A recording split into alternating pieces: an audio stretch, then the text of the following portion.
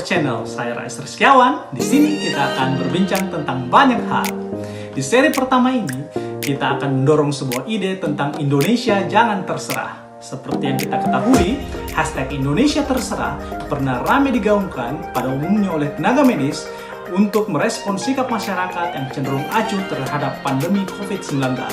Akan tetapi, tenaga medis yang merupakan garda terdepan dalam menghadapi COVID-19 saat ini justru menjadi kelompok yang paling disudutkan dan dianggap mencoba mengambil keuntungan di tengah pandemi COVID-19. Apa yang sebenarnya terjadi dan langkah apa yang seharusnya kita lakukan untuk mengatasi COVID-19? Untuk lebih lengkapnya, mari langsung kita diskusikan bersama Ketua Umum PBID, Dr. Daeng M. Fakih. Assalamualaikum warahmatullahi wabarakatuh. Dr. Daeng, bagaimana kabarnya, Dok?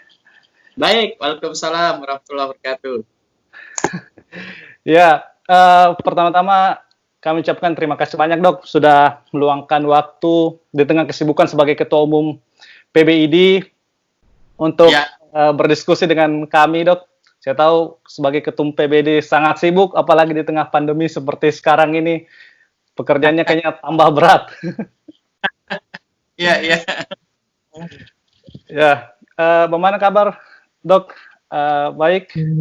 Alhamdulillah, sehat. Alhamdulillah. Lah, ya. Ya, Dok. Sebenarnya kami menginisiasi diskusi rutin, Dok, dengan berbagai tema, berbagai isu. Untuk seri pertama ini, suatu kehormatan, Dok. Dokter mau meluangkan waktu. Jadi, di seri pertama ini, kami berencana ingin mendiskusikan tentang kondisi COVID-19 terakhir di Indonesia. Yang pertama mungkin kondisi tenaga medis, khususnya dokter, perawat, dan sebagainya. Kita tahu mereka ini kan frontliner, Dok, garis terdepan dalam pelayanan mengatasi pandemi COVID ini. Tapi belakangan terakhir yang kita lihat justru kelompok ini yang paling disudutkan baik oleh masyarakat, oleh stigma-stigma. Kalau kita tarik ke belakang, di awal-awal kan kita dengar, baca berita, rekan-rekan perawat kita banyak yang diusir dari kos-kosannya karena dianggap sebagai kelompok yang paling beresiko menyebar infeksi. Belakangan kita dengar dokter atau tenaga medis dianggap sebagai kelompok yang mencoba membesar-besarkan COVID-19 ini dan mencoba memanfaatkan untuk meraih keuntungan, baik itu finansial, paling banyak tuduhan seperti itu. Jadi dianggap ini COVID sebagai usaha dokter untuk mendapatkan keuntungan. Bagaimana dokter menanggapi tudingan seperti ini, Dok?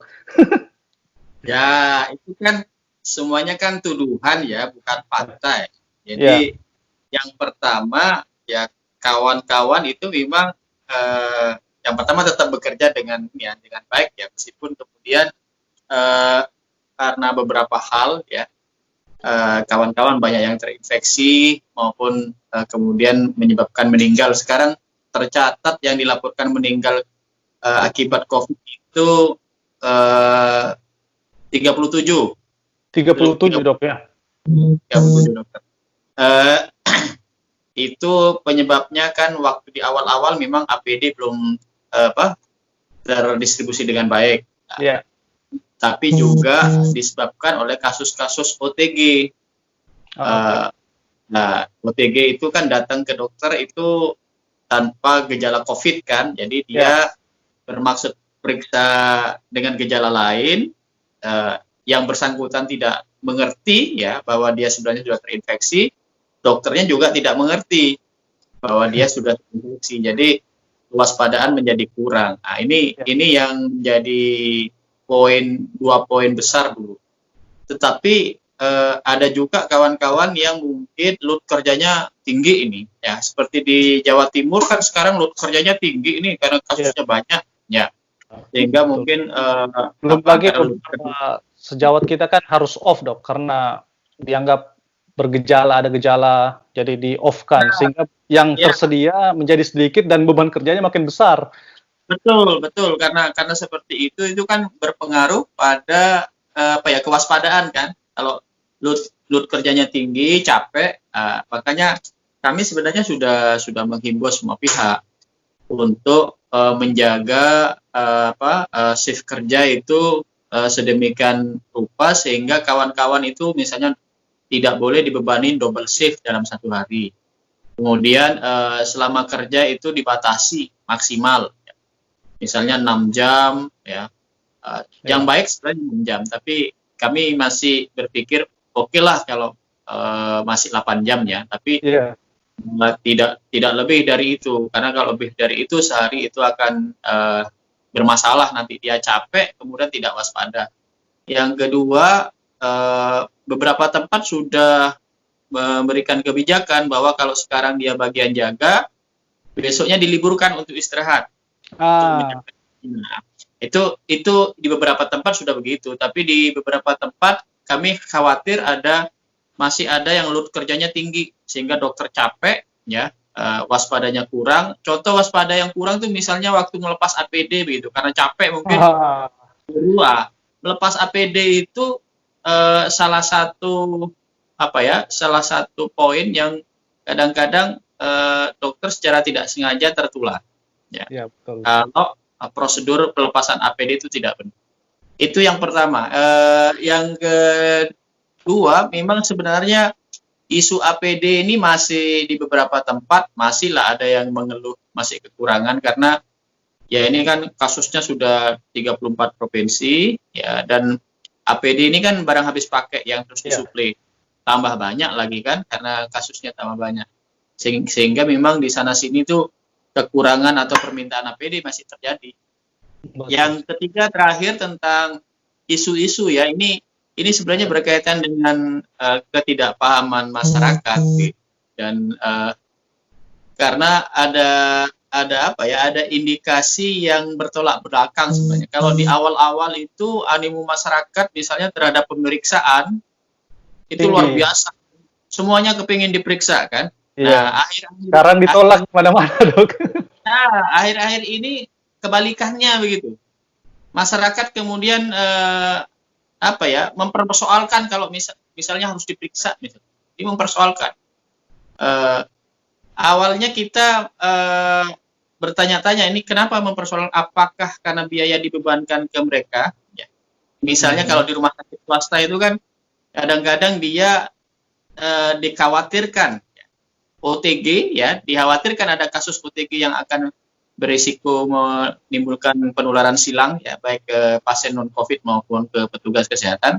Itu kan diminta diperiksa minimal rapid test, ya kan? Ini persoalan, memang sebenarnya persoalan pembiayaan nih kadang-kadang. Ya. Pemerintah tidak menanggung kalau di rumah sakit pakai swasta. Ya, kalau sehingga ditanggung, Dok. Ya. Kalau di negeri ditanggung, rumah sakit negeri. Saya tidak tahu, tapi banyak kasus di rumah sakit swasta ini. Ya. Itu kan jelas tidak ditanggung oleh pemerintah. Ya, seperti rapid test itu, ya. Kalau tidak ada bantuan, ya. Nah, pertanyaannya siapa yang menanggung gitu? Kalau harus ditanggung oleh rumah sakit, ini kasihan rumah sakit. Kenapa kasihan? Ya kan?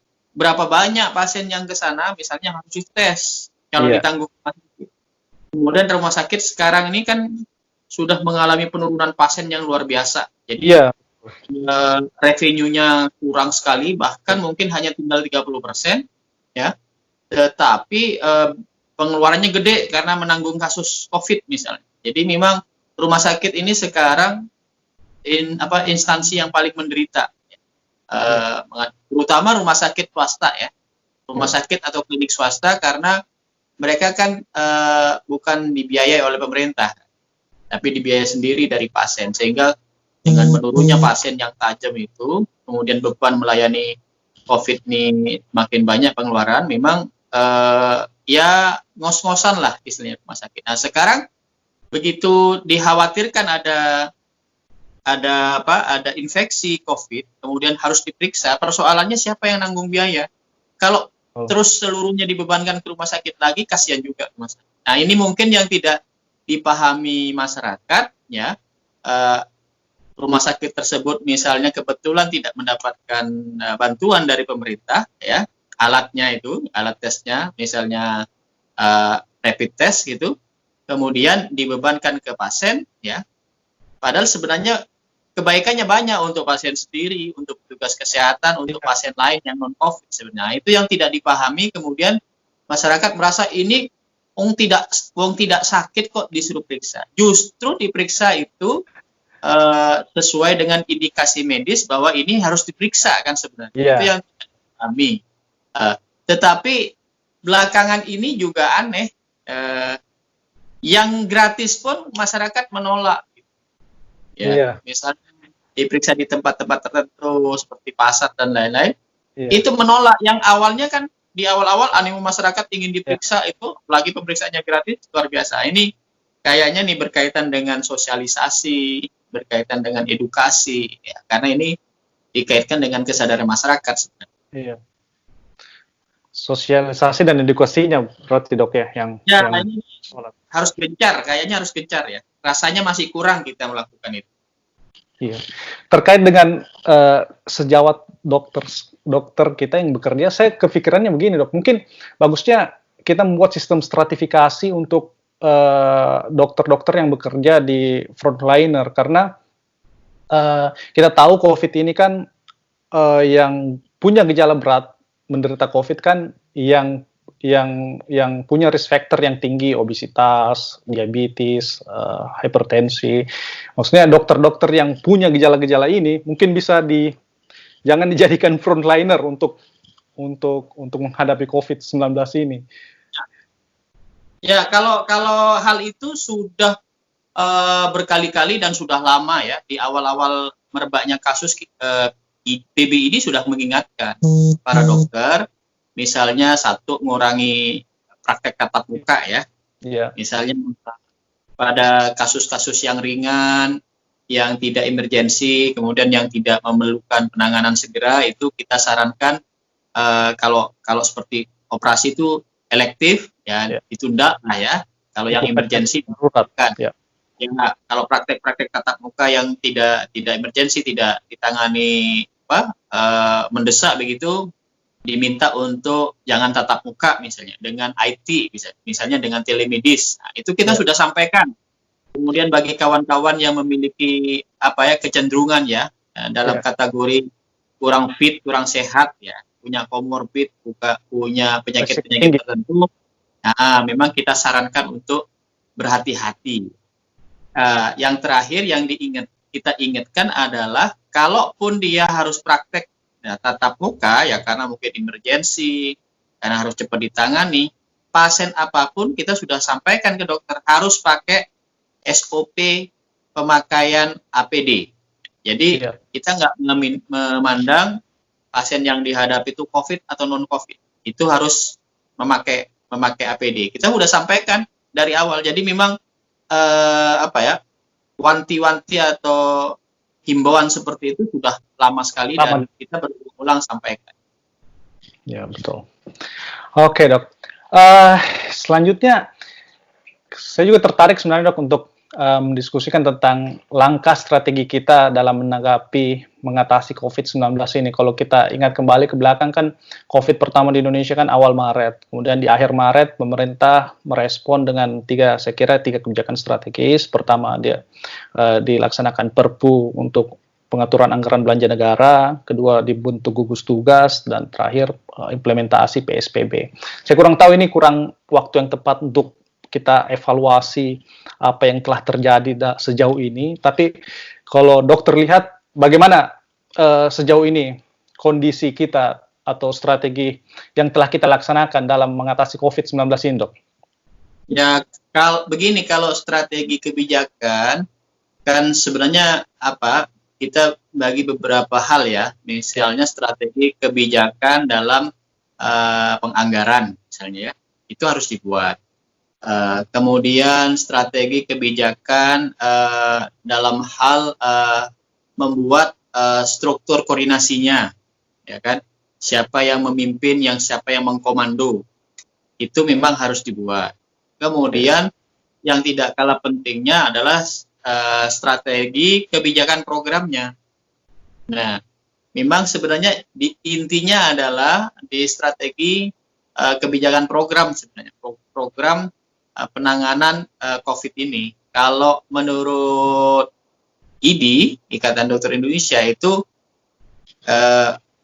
berkaca dari apa yang dilakukan strategi secara umum di kesehatan masyarakat kalau terjadi wabah penyakit infeksi ini kan sebenarnya ada 3 besaran itu. Yang pertama sumbernya dimatikan kan. Ya. Nah, karena itu sumbernya di Wuhan, mungkin kalau di Indonesia tidak relevan. Ya. Kemudian yang kedua itu melakukan deteksi yang cepat ya untuk menemukan kasus kemudian segera ditangani. Ya. Itu kalau deteksinya cepat ya maka apa istilahnya yang positif ditemukan secara cepat ya, kemudian yang ditemukan itu diisolasi, baik di rumah maupun diisolasi di rumah sakit sambil ditangani kan. Dengan diisolasi itu berarti kan terlokalisir itu. Nah, strategi yang deteksi cepat dan penanganan ini sebenarnya lebih ke arah orang yang sakit itu, ya kan, sederhananya orang yang sakit cepat ditemukan supaya yang sakit ini dilokalisir tidak menularkan kepada yang sehat. Nah, itu kuncinya sebenarnya pada karena deteksi yang cepat itu kuncinya pada testing. Ya. Di semua negara testing yang massal luas ya. Kalau bisa seperti Korea Selatan seluruh warganya di testing itu menjadi sebuah strategi utama sebenarnya. Karena kalau di testing secara cepat, secara massal, bahkan mungkin seluruh penduduk itu segera ditemukan, dipilah-pilah yang positif, kemudian diisolasi. Ya, karena diisolasi, maka dia tidak akan menularkan ke yang lain. Jadi kalau kita bicara ada istilah R0 sama RT itu, ya kan? Begitu diisolasi semua, RT-nya pasti akan lebih kecil dari 1, artinya tidak bisa menularkan lagi. Itu strategi yang deteksi cepat dan penanganan. Strategi yang kedua, kalau strategi program, ya kan kalau strategi pertama nih program yang pemerintah kan mendorong percepatan testing, kemudian mendorong penyediaan karantina rumah, mendorong penyediaan karantina rumah sakit. Itu kan sudah dikerjakan, tinggal sekarang testingnya bagaimana, rumah sakit yang disiapkan bagaimana, ya, petugas-petugasnya, alatnya, fasilitasnya seperti apa, kemudian karantina rumah itu mekanismenya, pengawasannya seperti apa, observasinya seperti apa.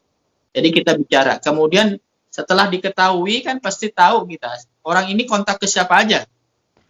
Kemudian bertanya, nah tracingnya bagaimana, kontak tracingnya, strateginya. Jadi memang di strategi yang deteksi cepat dan penemuan kasus itu kemudian bisa di-breakdown menjadi 4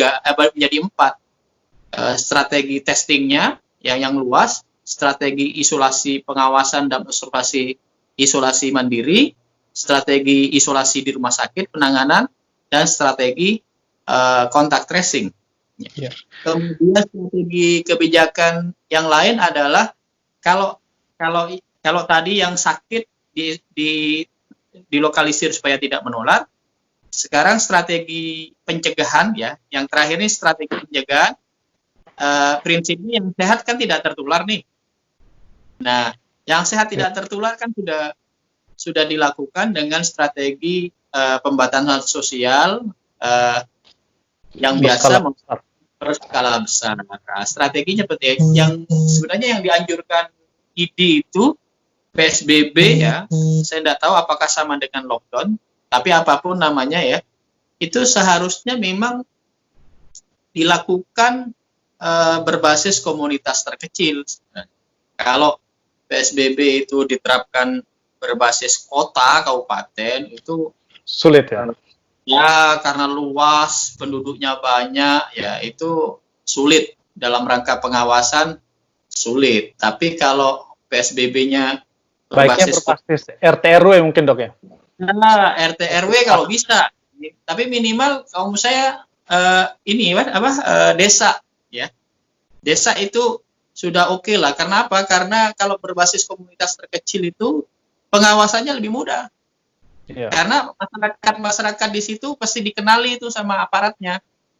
Jadi baik mobilitasnya, baik nanti kalau melakukan pengawasan isolasi mandiri, baik untuk keperluan tracing, itu bisa terbantu kalau PSBB itu dilakukan pada komunitas kecil.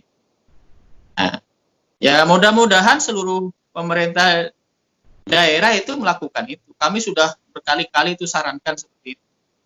Mestinya Kalau- ya mestinya. Iya. Kalau yang dokter lihat, kalau mengevaluasi sistem strategi kita gimana dok? Yang dokter tadi bilang kan kita harus perluas tes, implementasikan PSBB dan sebagainya. Bagaimana kalau dokter mengevaluasi sejauh ini? Karena ini akan menentukan langkah kita ke depannya. Ya, testing kita itu sekarang di Indonesia sudah berkisar 13.000. Iya. Iya, sudah berkisar 13.000. Tapi informasi terakhir dari Kepala Staf Kepresidenan itu akan didorong sampai 20.000 ya. Per hari. Dan terakhir akan didorong sampai 30.000 per hari. Memang strategi testing itu penting banget karena itu untuk menemukan kasus. Gimana kita mau mengendalikan kasus kalau kasusnya tidak ditemukan secara masif? Saya sebenarnya agak khawatir dok lihat kondisi testing kita dok, karena kalau kita lihat, kalau kita bandingkan dengan 1 juta penduduk, kita baru di angka 1 banding nggak sampai 2.000, 1.900-an atau 800-an, kalau saya tidak salah 1.800 atau 1.900-an. Kalau kita bandingkan dengan negara tetangga Malaysia, dia 1 banding 19.000 atau 20.000, jauh lebih besar dari kita. Oke lah, mungkin Malaysia pendapatannya lebih tinggi, jumlah penduduknya lebih sedikit. Tapi kalau kita bandingkan dengan India penduduknya 1 miliar lebih, kapasitas testingnya sudah 1 banding 4.000-an. Padahal jumlah penduduknya 5 kali lebih besar dari kita. Kita bandingkan Bangladesh, Pakistan, yang jumlah penduduknya relatif ya tipis-tipis lah dari kita. Padahal pendapatan per kapita mereka jauh lebih rendah dari kita, tapi kapasitas testing mereka bisa lebih tinggi daripada kita. Kita kok bisa betul. testing kita ini rendah sekali. Iya, betul. Itu sebenarnya yang terus kita ingatkan ya. Terus kita ingatkan karena testing itu adalah kunci dari kebijakan yang lain, kebijakan isolasi, kebijakan penanganan kasus di rumah sakit, kebijakan tracing, itu kuncinya di testing. Makanya ID terus mengingatkan pemerintah untuk terus meningkatkan testing. Tapi saya lihat memang gugus tugas ya, pemerintah ya dalam hal ini gugus tugas itu terus mendorong testing terus meningkat, meskipun mungkin tidak seperti yang kita harapkan peningkatannya. Tapi ini memang perlu terus didorong ya, karena memang rentang negara kita besar, tapi kalau dibandingkan dengan negara-negara yang lain kan ada yang sama dengan kita, misalnya tadi India, Amerika. Ya Kalau di Inggris dok, dia mengumpulkan semua PCR yang dimiliki oleh negara ini. Jadi PCR yang dimiliki oleh kampus-kampus itu dikumpul semua, dihandle sama tim gugus tugasnya lah Inggris untuk meningkatkan kapasitas testing. Indonesia kayaknya harusnya melakukan hal yang sama, kumpul semua PCR yang kita punya, baik dari universitas, dari balai-balai riset yang dimiliki oleh kementerian, baik di pusat ataupun daerah, kita kumpul semua, maksimalkan untuk testing. Ya itu saya lihat waktu koordinasi di gugus tugas dilakukan, tapi mungkin ya perlu didorong lagi nih untuk lebih cepat mengumpulkan PCR yang berpotensi bisa dioperasionalkan di Indonesia. Oke, baik dok. Kalau kita majukan lagi dok diskusinya tentang new normal dok, normal baru. Karena belakangan kan isu new normal ini makin disosialisasikan dan makin keras lah kita dengarnya. Bagaimana dokter melihat niatan kita mau melakukan new normal? Iya, jadi begini, kita tidak bicara ini ya, kita tidak bicara teoritis ya. Teorinya memang ya kita sebaiknya kunci terus sampai betul-betul tidak ada virus ini. Tapi realitanya tidak seperti itu, karena virus ini baru bisa dibasmi lah, tuntas gitu. Atau infeksi coronavirus ini ya, itu bisa dikatakan misalnya seperti infeksi pernafasan biasa, itu kalau drug of choice-nya sudah ditemukan kan. Misalnya seperti infeksi Staphylococcus, Streptococcus, itu kan sebenarnya lebih ganas kan. Tetapi karena drug of choice-nya ketemu, jadi dianggap sebuah infeksi saluran napas biasa gitu kan. eh, atau sampai vaksinnya ditemukan. Nah, ini memang persoalan apa? Persoalan mau dinyatakan kemudian sebagai infeksi pernafasan biasa apa tidak? Karena ternyata untuk obat dan vaksin ini prediksinya akan masih lama ditemukan. Ya. Kalau vaksin itu kan kalau tidak fast track itu kan bisa 15 tahun. Iya, betul. Nah, ini kan mau diupayakan, dipaksakan hanya misalnya 18 bulan begitu sampai akhir 2021. Tapi kan itu belum tentu. Iya. Belum tentu ada jaminan pasti ketemu kan. Dan belum tentu juga bisa dipakai di Indonesia karena bisa jadi Iya, virusnya berbeda dengan yang ada di Eropa dan Amerika. kalau informasi terakhir dari kawan-kawan mikrobiologi nggak ada perbedaan, nggak ada mutasi. Oke, Nah, jadi bisa. informasi ini dari ahli mikrobiologi ya, karena Iya. kemarin kita sempat diskusi di lembaga riset itu, memang belum ada dinyatakan secara jelas ada mutasi. Makanya di Indonesia juga berusaha melakukan penelitian tentang vaksin. Tapi ini kan prediksinya akan lama. Mas Karena lama seperti ini, ya mau tidak mau kan apa ya kita apa istilahnya kita tidak bisa mengunci diri kita tidak melakukan aktivitas apa-apa PSBB misalnya selama 1,5 tahun PSBB misalnya. Nah, bayangin gitu dalam 3 bulan aja dilakukan PSBB atau 2 bulan ya efektif itu kondisi kehidupan kita kayak begini. Apalagi misalnya 1,5 tahun di negara manapun kan new normal kemudian digagas kan. Bahkan WHO juga mendorong digagas karena ini berpotensi lama. Tetapi new normal itu kan kita hidup di tengah kita ingin hidup beraktivitas produktif itu di tengah ancaman virus sebenarnya. Yang belum ada vaksinnya, belum ada obatnya. Nah, sehingga kita harus yakinkan bahwa aktivitas kita itu tidak menimbulkan kita tertular oleh virus, ya, tidak menimbulkan kurvanya kemudian meningkat lagi. Nah, itu yang harus dipastikan. Jadi bukan kita membahas apakah perlu new normal atau tidak, pasti perlu new normal. Ya, mungkin pertanyaannya Dok, apakah sekarang saat yang tepat untuk new normal Dok? Karena kalau kita lihat kan kurvanya ini kan kita masih menuju puncak Dok. Hari ini masih 1000-an lebih. Padahal kita tertinggi 1200, artinya masih di atas lah. Apakah ini waktu yang tepat untuk kita lakukan new normal? Memang diskusinya sekarang bukan new normal atau tidak new normal, tapi kapan waktu yang tepat new normal itu. Jadi yang digaris bawahi oleh WHO itu kalau infeksi di suatu daerah tertentu itu bisa dikendalikan, ya, bisa dikendalikan. Itu kapan waktu yang tepat sebenarnya WHO sudah menjawab. Kemudian di breakdown dengan indikator-indikator atau kriteria epidemiologis, gitu ya. Misalnya tadi dikatakan RT-nya lebih rendah. Nah, jadi kemungkinan jumlah yang akan tertular ya setelah diintervensi itu lebih kecil dari 1, ya. Kurvanya melandai dan stabil gitu kan. Nah, itu disitulah kemudian harus dijadikan syarat kapan waktunya boleh diterapkan new normal. Karena tadi new normal itu bukan sebebas-bebasnya, tapi kita beraktivitas di tengah ancaman, ya. Karena virus itu nggak mau berdamai dengan kita, nggak mau berdampingan dengan kita. Virus itu kan sifatnya menyerang, ya kan? Jadi salah kalau berdamai dengan virus, Dok.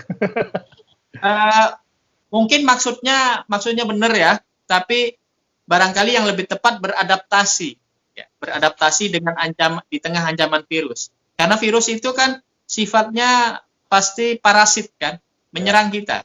Jadi hubungan dengan manusia itu parasitisme. Dia cenderung menyerang kita karena apa? Karena dia bisa berkembang biak, bisa hidup itu justru di tubuh kita. Makanya dia secara insting menyerang manusia.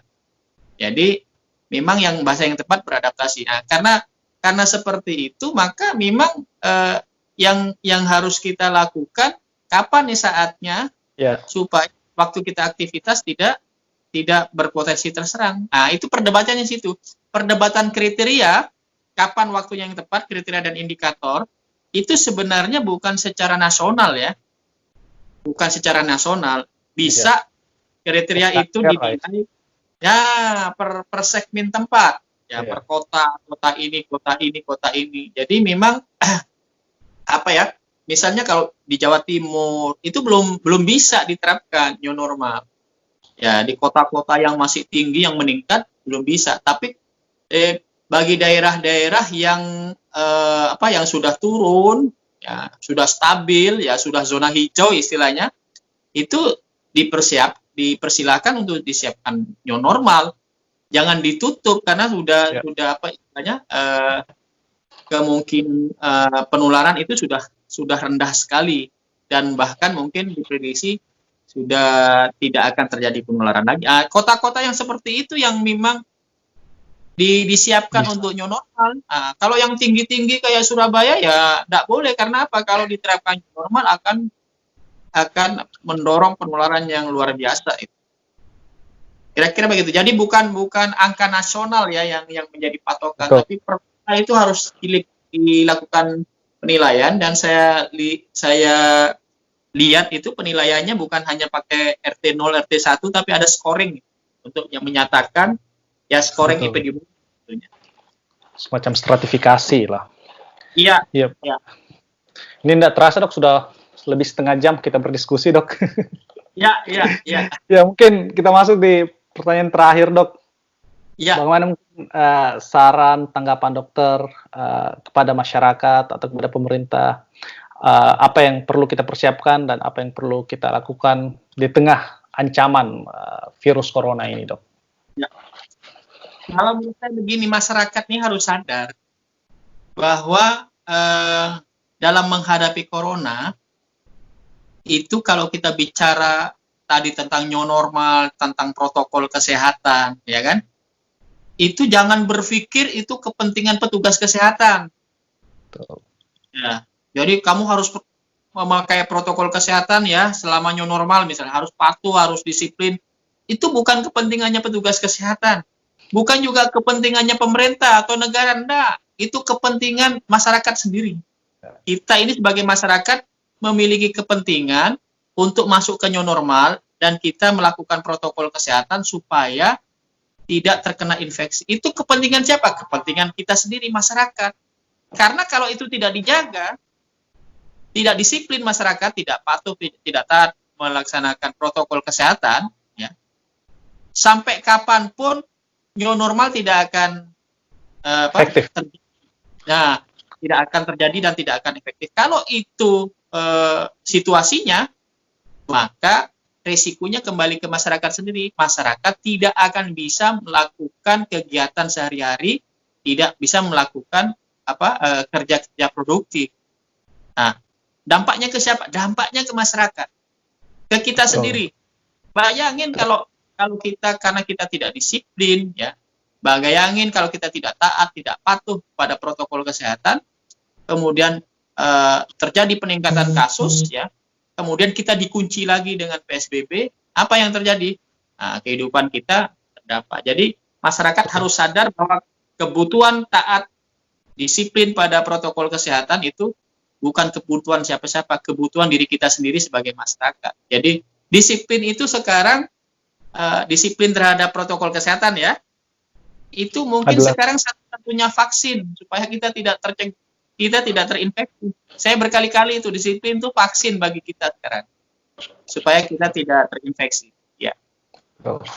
Baik, dok. Saya kira kuncinya adalah disiplin. Mungkin untuk masyarakat, teman-teman sekalian, kita bisa sehat-sehat saja, bisa keluar kemana-mana, tapi pada saat kita pulang, kita tidak tahu kita bawa virus, kita tularkan ke orang tua, ke om, paman, ke nenek, kakek, yang punya resiko tinggi, yang sudah ada hipertensi, yang sudah berumur, sudah diabetes, kita tidak sadar menyebarkan ke mereka, dan ini bisa berakibat fatal pada keluarga terdekat kita. Ya, betul. Makanya disiplin itu penting bagi masyarakat supaya tidak tertular dan tidak menulari orang-orang yang kita sayangi. Oke, baik. Baik, Dokter Daeng, terima kasih banyak setelah meluangkan waktu bersama kami. Semoga Siap. tetap sehat, tetap semangat Ya. dalam menjalankan tugas sebagai garda terdepan dalam mengatasi COVID-19 ini, Dok. Siap, siap.